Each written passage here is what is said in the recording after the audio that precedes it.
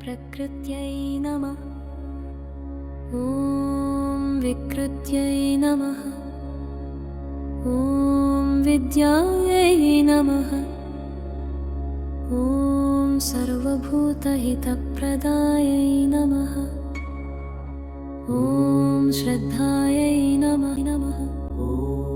परमात्मिकायै नमः। वाचे नमः। पद्मालयायै नमः। पद्मायै नमः। शुचये नमः।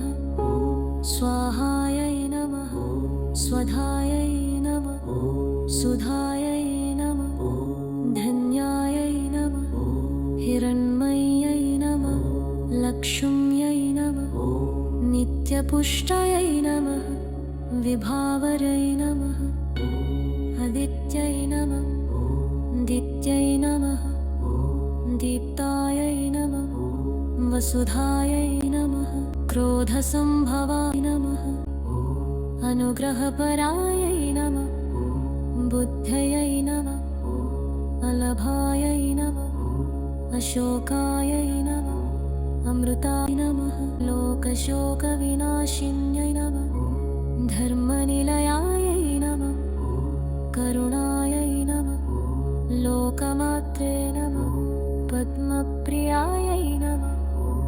पद्महस्तायै नमः। पद्माक्षै नमः। पद्ममुख्यै नमः। पद्मनाभप्रियायै नमः। सुप्रसन्नायै नमः। पद्स्यादाभिमुख्ये नमः। कृधायै नमः। चन्द्रवदनाय नमः। चन्द्रायै नमः। चन्द्रसहोदर्यै नमः। चतुर्भुजायै नमः। चन्द्ररूपायै नमः।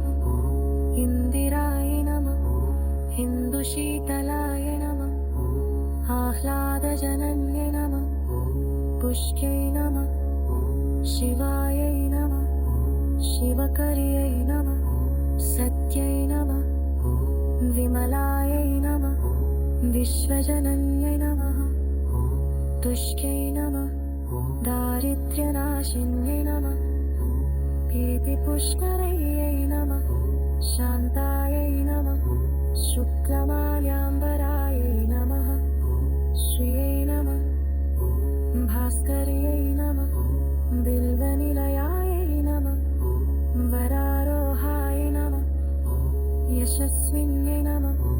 वसुन्धरायै नमः। बालन्द्याय नमः।